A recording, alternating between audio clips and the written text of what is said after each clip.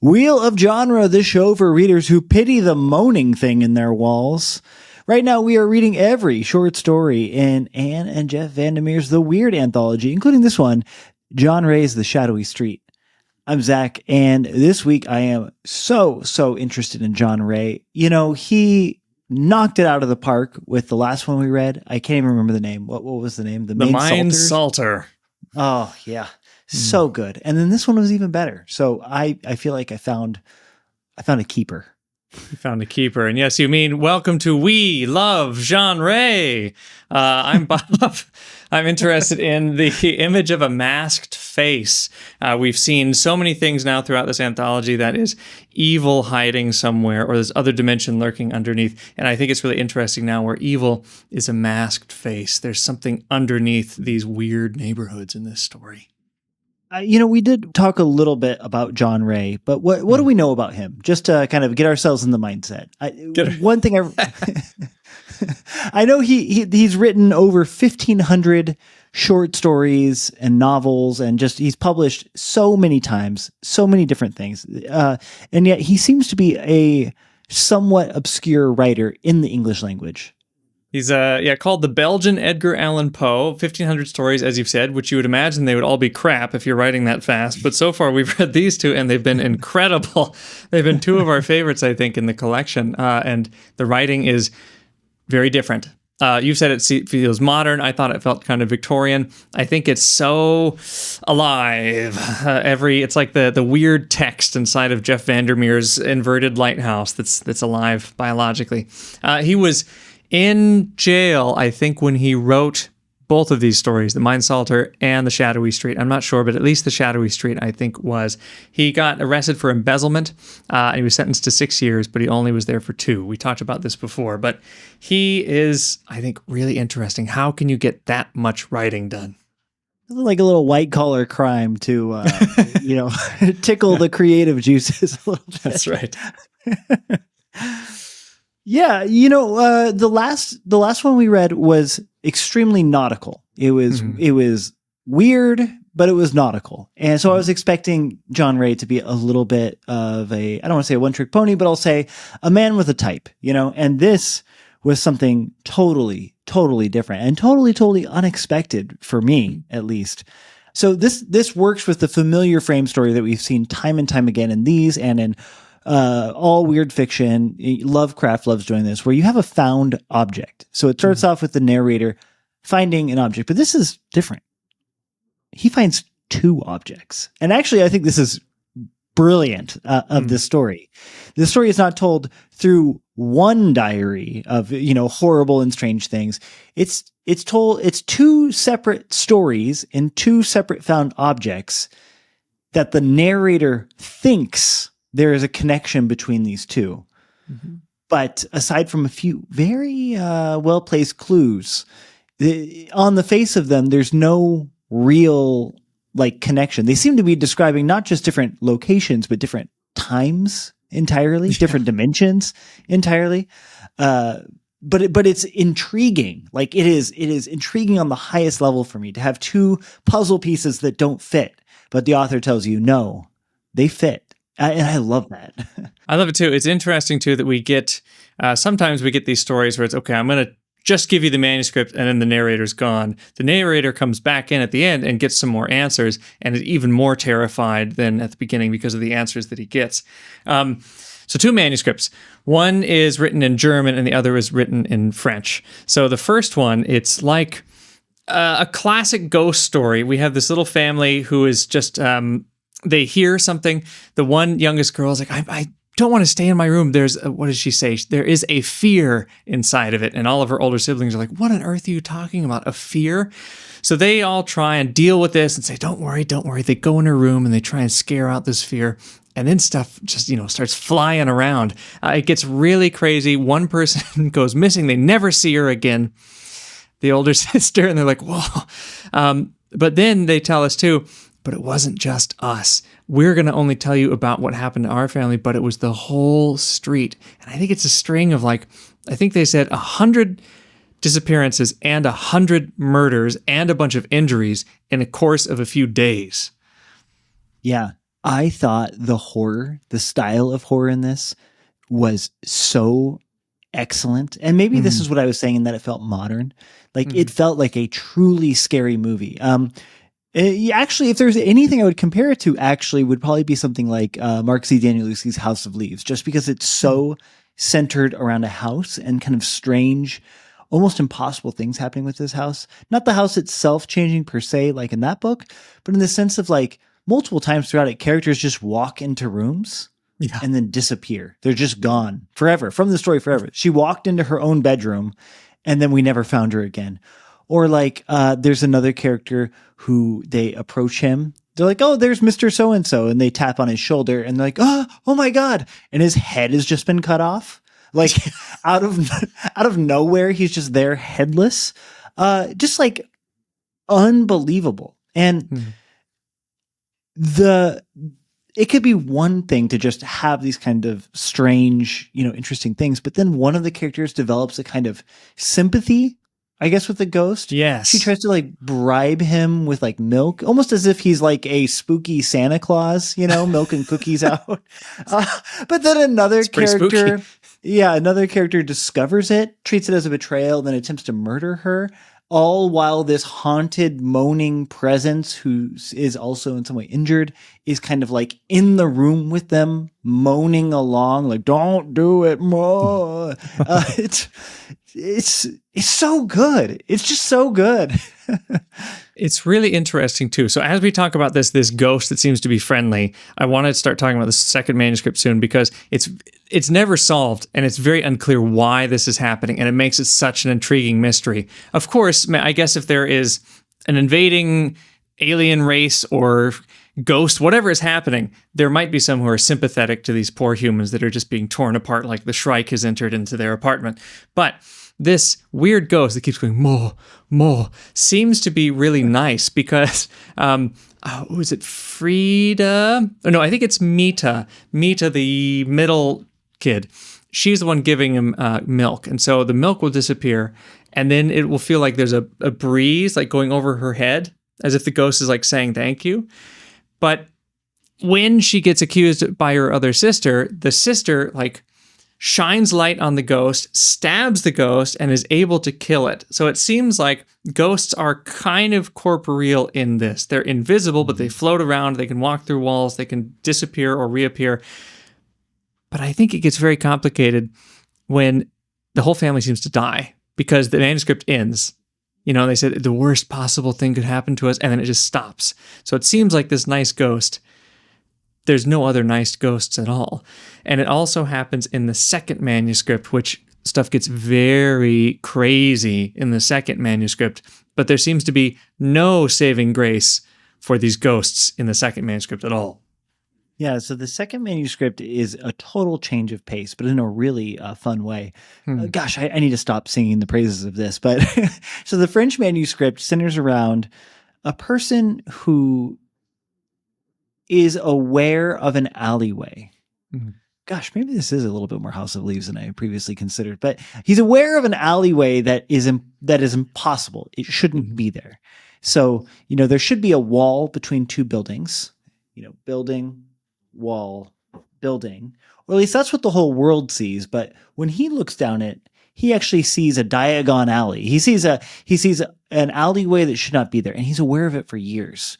He passes by it, and then one day, for one reason, he steps inside of it, and he's like, "Oh my God, I'm in it!" And then he pulls out, a piece of bush, and he says this really interesting thing, which is like this idea that, having gone to another, I guess we could say, dimension, universe, something like that, he has now added mathematically to the sum total mass of our own universe. He makes a lot of hay out of that. I'm not sure how much hay to make out of that. But, eventually, the long and short of it is he runs out of cash. So he builds the habit of going into this strange impossible space where you have three houses, and when you turn the corner, it's a repeat image. It's the same three houses. You turn the corner again, it's the same three houses. You can get lost in this labyrinth of just the same repeating image again and again and again. And he goes in and his thing is he goes in and he pilfers the houses for things that he can resell. And he makes a pretty fortune with that.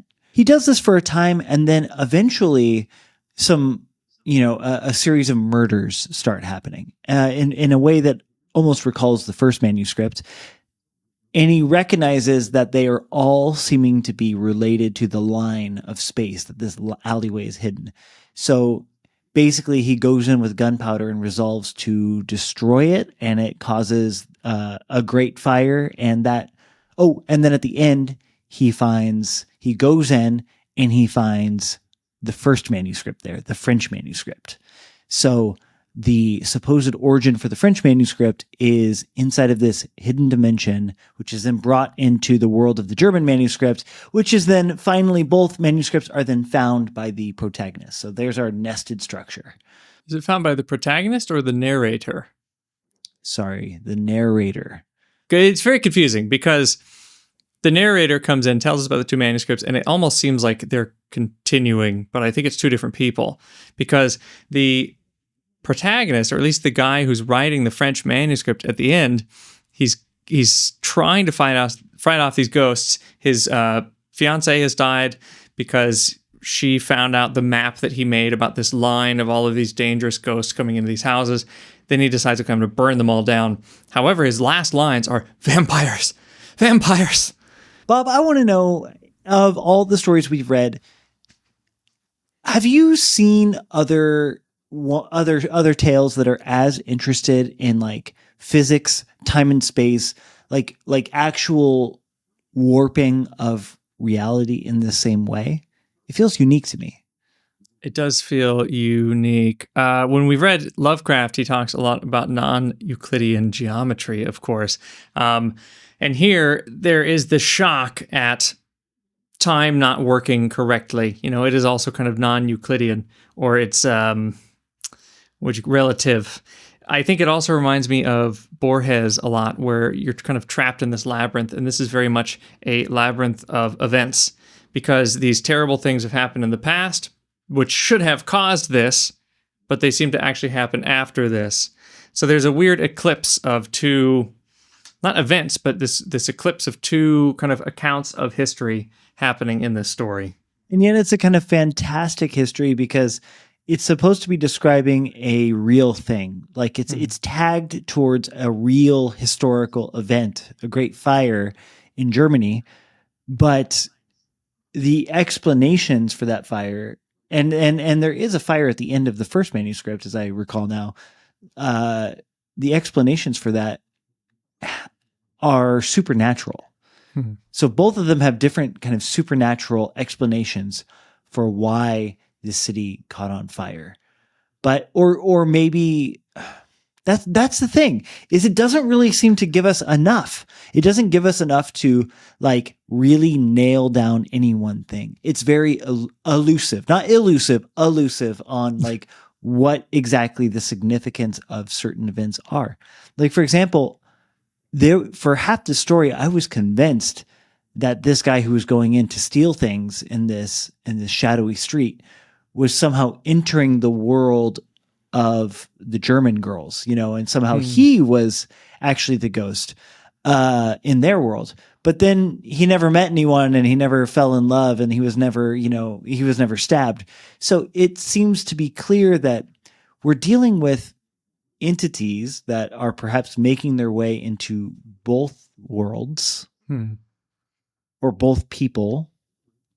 And furthermore, one of the manuscripts is written in German and the other manuscript is written in French. What's up with that? You know what I mean? Are they, it kind of, I would be perfectly willing to accept that both of these take place in the same location at around the same time. But the fact that they're written in different languages and seem to be describing very different kind of social structures, one a kind of dark and cramped Victorian kind of large house where these big figures from a small town. It's always referred to as a town, come in and out like a stage play. And then in the other one, a very urban, lively city where there are men with horses, on the street, and all of these characters and shopkeepers who, one of them seems to be describing a house in what feels like a dark and Victorian town. And the other one is like the horror of the city, and the strange, impossible geometries. I don't know. I don't know what to make of this. I think because they're almost two, it's not two genres, I guess, but two different stories. When you have this house, it's just it's really a standard ghost story. But then when you have this other weird dimension hopping kind of story, I think that guy is actually a stranger because they're in a German speaking part of Belgium, but he is a French speaker. And I think he's an outsider because he refers to the other people as German people. So he feels like he's kind of a stranger in this place.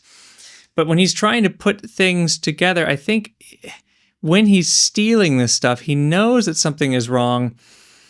He's interesting as like not an interloper, but kind of someone he just doesn't belong there. And he's stealing to sell things.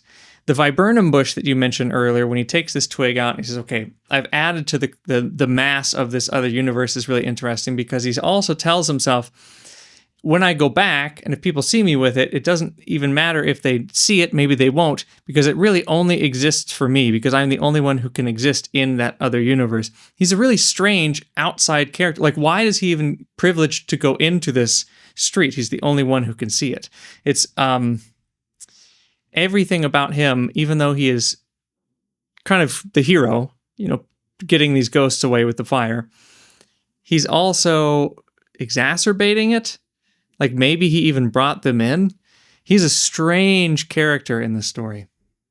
I could see an argument that, what's being described in the first one is a very personal tale.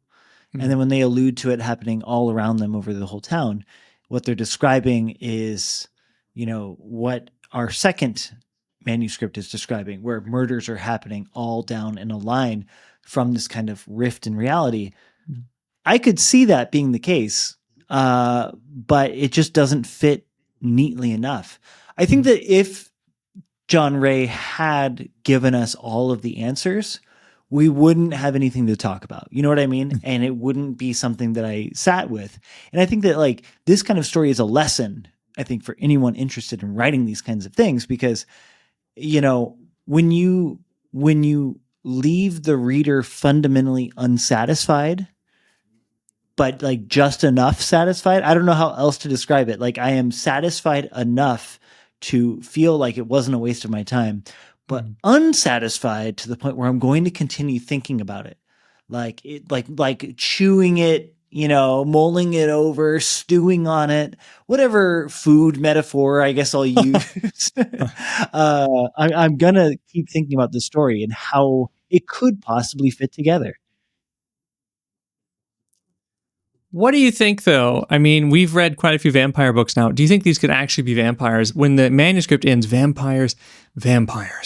We've seen all sorts of different vampires. We've seen beautiful vampires. We've seen horrifying, ugly vampires. Now these are interdimensional beings who seem to float down. They don't like light, like vampires.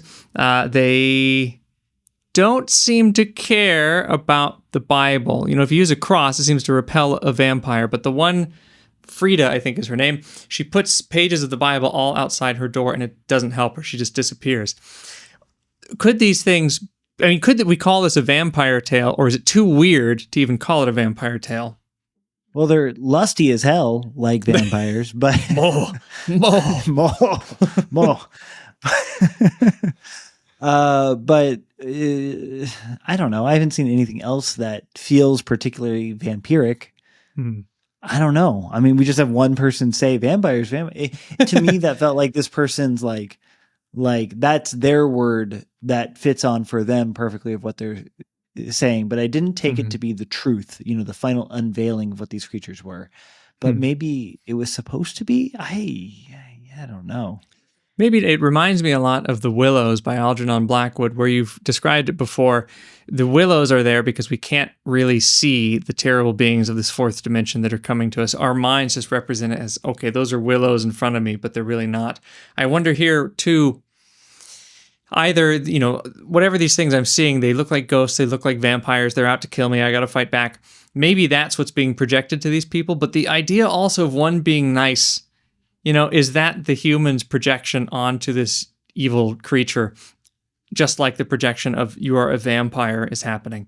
I wonder how Jean Ray is trying to think about classic genre tropes and then the weird and other dimensions kind of eking into what otherwise would be like a slice of life everyday story of just wandering around streets and getting used to a neighborhood.